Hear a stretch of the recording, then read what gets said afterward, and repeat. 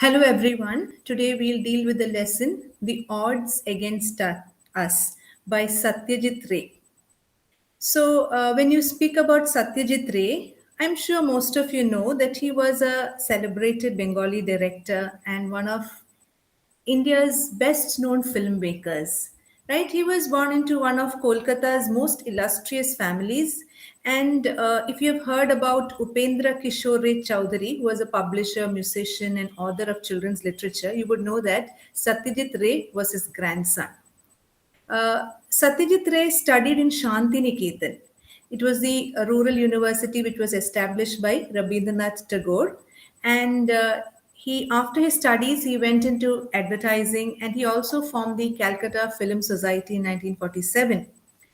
When you read about him or when you talk about him, you know that he always remained an avid cinema enthusiast. And he was one of the most celebrated film directors of India.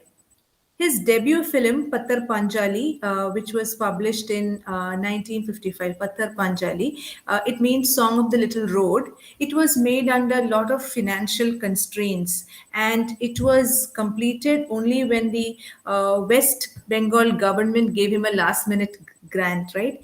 And this movie, Pattar Panjali, became an internationally renowned film. It won several awards, including the Best Human Document Prize at Cannes. And later, Satyajit Ray made two sequels. He spoke about the growth of the film's child protagonist.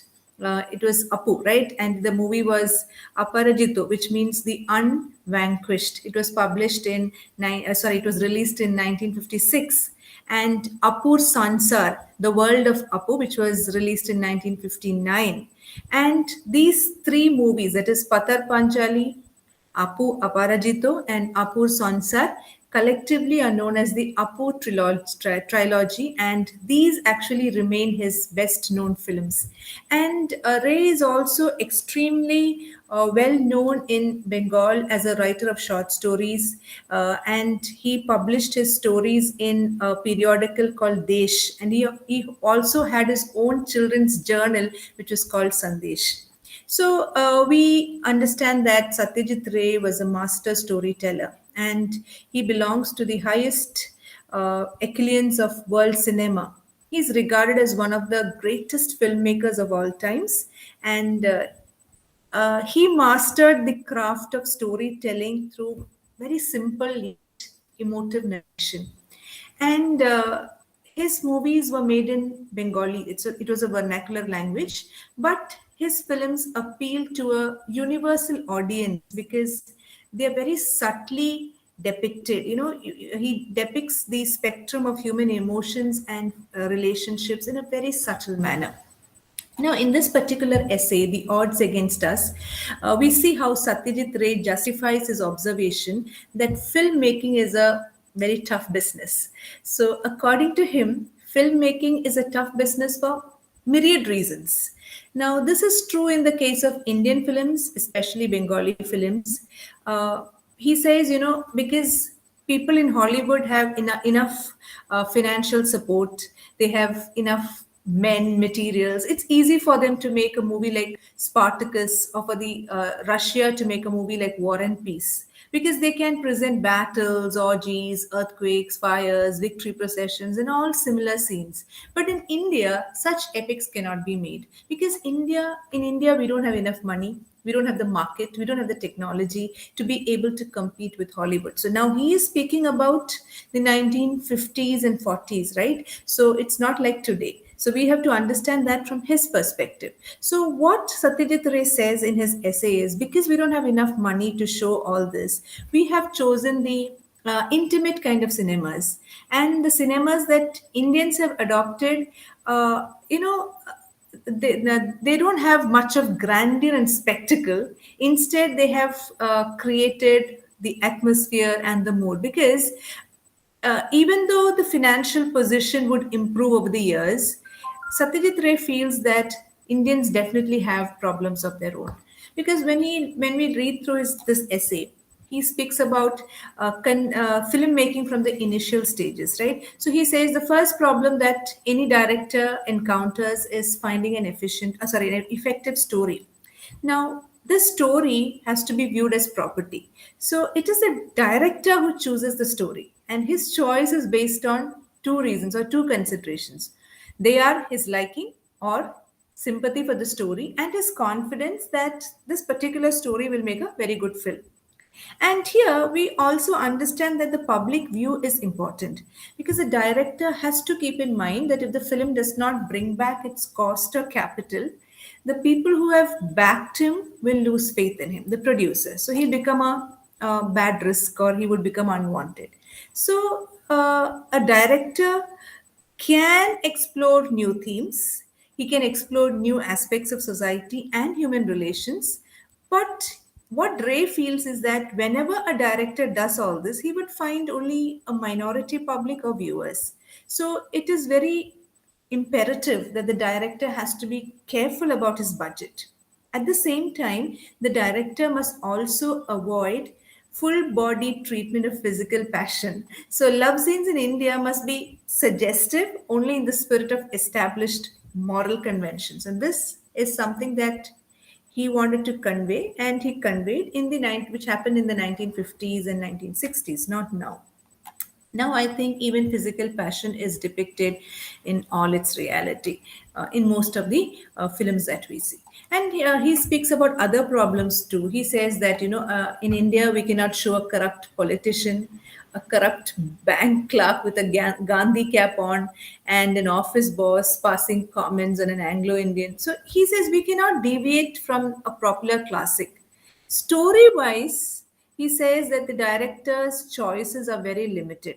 He is in a very narrow field.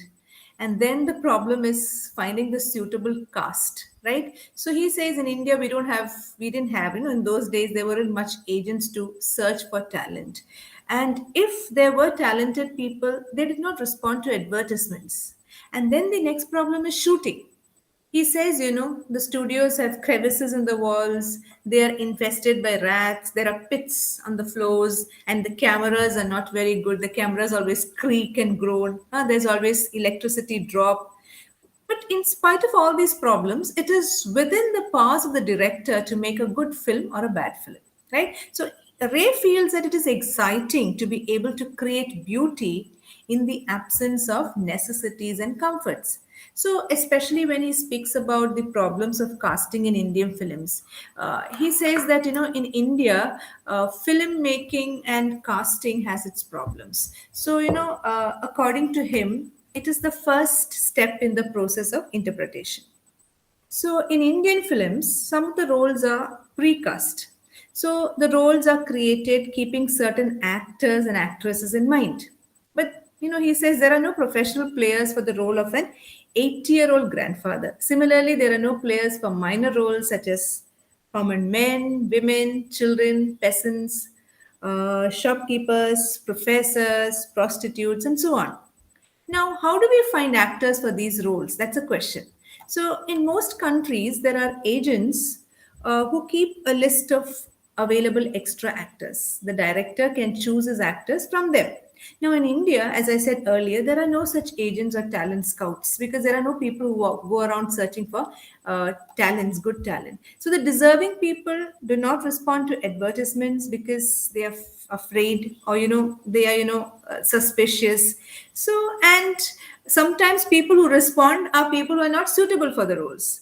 So, he says the search for caste is made on the streets among pedestrians, in race meets, parties, wedding receptions, and so on. So, he says, I was lucky in finding the right players for my roles, but the possibility of failure is always around the corner. There is always an acute shortage of good professional actors and actresses of middle age and above in India. And because there are some roles that can be brought to life only by professionals. So, according to him, casting is definitely a problem in filmmaking. So, and he says, then I talked about shooting, studios are not well equipped. There are cracks in the walls, right? There are bugs, there are rats, and the equipment is sometimes outdated power fluctuations are not very frequent. So he says it's not easy, but he goes on to say that in spite of all these problems, it is within the powers of the director to make a good film or a bad film. And he says, it's very exciting to create beauty even in such unhelpful conditions, right? So, according to Ray, the true skill of the filmmaker lies in the ability of the filmmaker or the director to be imaginative, creative, and inventive uh, in the face of lack of resources and facilities. So he says, the greatest talent that a filmmaker possesses is improvisation. And he concludes this essay by saying that he is happy to be working in the film industry and he is very proud that he is an Indian filmmaker. Right? So when we look at this essay as a whole, we especially we look at the kind of films that such Satyajit Ray describes that are commonly made in India. So he says, in Hollywood, it's easy to make a movie like Spartacus, right? In Russia, it's easy to make a movie like War and Peace because they can create big screen spectacles like battles, fires, earthquake, and so on because they have the technological and the financial resources required. But in India, we cannot make such epics of grandeur and richness uh, because we do not have money. We don't have the market. We don't have the technology to be able to compete with the Western countries, right? So, we have adopted the easier path. That is, we don't use grandeur and spectacle. We create mood and atmosphere, right? And when he talks about avant-garde cinema, he says, which is beyond the understanding of most people, he tries to strike a balance. Now, he says that avant garde cinema is at one extreme uh, an artistically innovative, experimental, sometimes unconventional cinema, which most people cannot follow or appreciate. It is not popular in our country. And the other extreme is the popular cinema, which consists of the make believe, thoroughly artificial settings and diction, right? Action and everything, diction also. So, according to Ray, directors can take a middle path like he did. You explore new themes, new aspects of the society, new dimensions of human relationship in accordance with the changing taste, time, trends. But sometimes when you do that, serious directors would have to confine only to a minority public, which would in turn severely limit the budget. Right? So he says, like then when he goes, as I said earlier, when you try to make slightly modified versions of classics and films based on political themes, again the directors face problems, right? So uh, it is not just the strict moral conventioning and conventions and censoring rules that severely limit the imagination and creativity of the directors. There are other problems when themes based on classics and mythological stories are chosen for their films. Because they're not allowed to make any modification in the story or take any sort of freedom with the theme because this will anger the so called intellectuals who are always ready to attack the creative artists and filmmakers in the name of culture and tradition. So they're not able to modify classics and films based on political themes. And, I was talking about extras.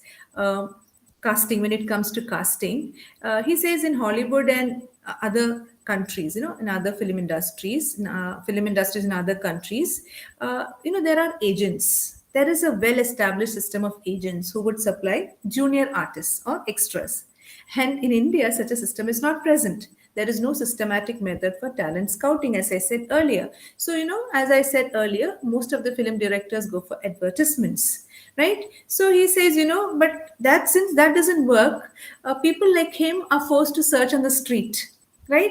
And so once he says that when he was shooting for his film Aparajito, that is the second one in the Apu trilogy, he says that he had to visit a brothel because he wanted to find the Chinese face for this film, right? So he says it's not easy because there are no agents in India.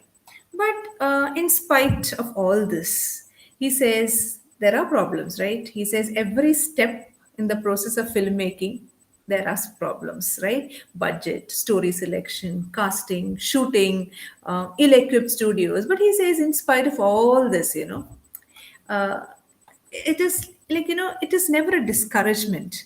There are problems, but he's never felt discouraged. He says that all these are challenges, and these he took these as challenges for him to overcome. And he says, if as a director you are able to create and invent in the face of all these problems and come up with good movies, you are really capable, or you're a talented director. And he says that, he's actually very proud to be working in India and creating all these masterpieces. So this essay, The Odds Against Us, by Satyajit Ray. So I think, when you read this essay also, yeah, essay, you need to also, if you could, maybe watch one or two movies of Satyajit Ray, especially Patar Panchali, or maybe the Apu trilogy, anything like that. And so you will get a better idea, because sometimes, we need to understand